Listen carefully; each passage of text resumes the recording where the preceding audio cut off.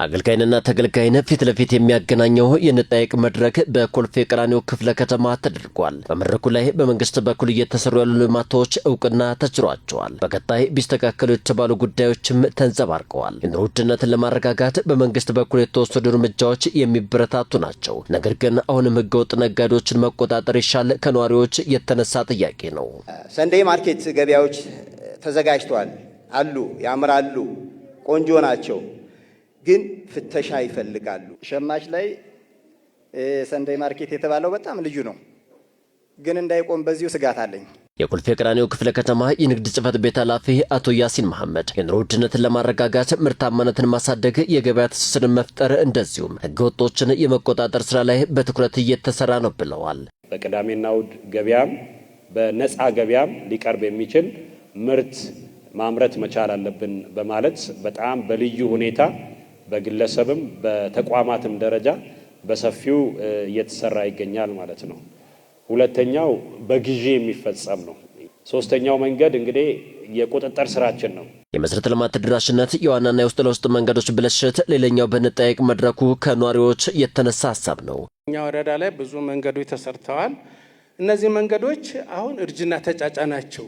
ቤተል የሚመጣ የጎርፍ ውርዋሪ ወይራ አደባባይ ጠቅላላ ፈነቃቅሎታል።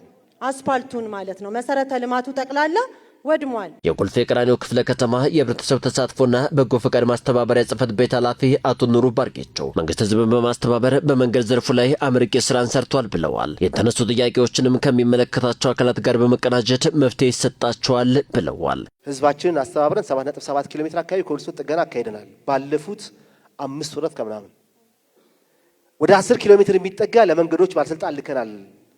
ለይተን መጠገን ያለባቸው ወረዳ 2 የተነሳውን ቦታ ጨምሮ ማለት ነው እና ሌሎች ወረዳዎች የንጣይቅ መድረኩ ከህዝብ ዘንድ የተነሱ ጥያቄዎችን በውል ለመረዳት አጋዥ ለቀጣይ ስኬቶችም ስንቅ የሚሆኑ ያሉት የኮልፌ ቀራኒዮ ክፍለ ከተማ የኮሚኒኬሽን ጽሕፈት ቤት ኃላፊ ወይዘሮ ምርምር ዘውዴ ናቸው። በቂ ሆነ ገንቢ አስተያየቶች ሰጥታችሁናል።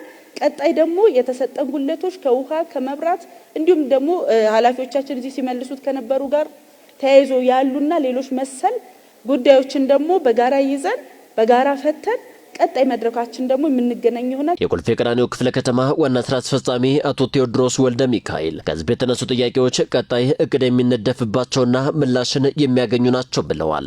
እኛ ማስተካከል የሚገባንን ጉዳዮችና መስጠት እየተገባን ያልሰጠነው አገልግሎት ካለ አርመን የምንሄድበት በተገልጋይና በእኛ መሀል ያሉ ተግባቦቶችና ቀረቤታዎች የበለጠ ተጠናክሮ የሚሄድበት ጊዜ ነው። የአዲስ አበባ ከተማ ኮሚኒኬሽን ቢሮ ምክትል ኃላፊ አቶ ዘውዱ ከበደ እንጣይቅ መድረክ ህዝብና መንግስትን የሚያቀራርብ በመተማመን ለጋራ ሀገራዊ ስኬትም እንዲተጉ የሚያደርግ ነውና ተጠናክሮ ይቀጥላል ብለዋል።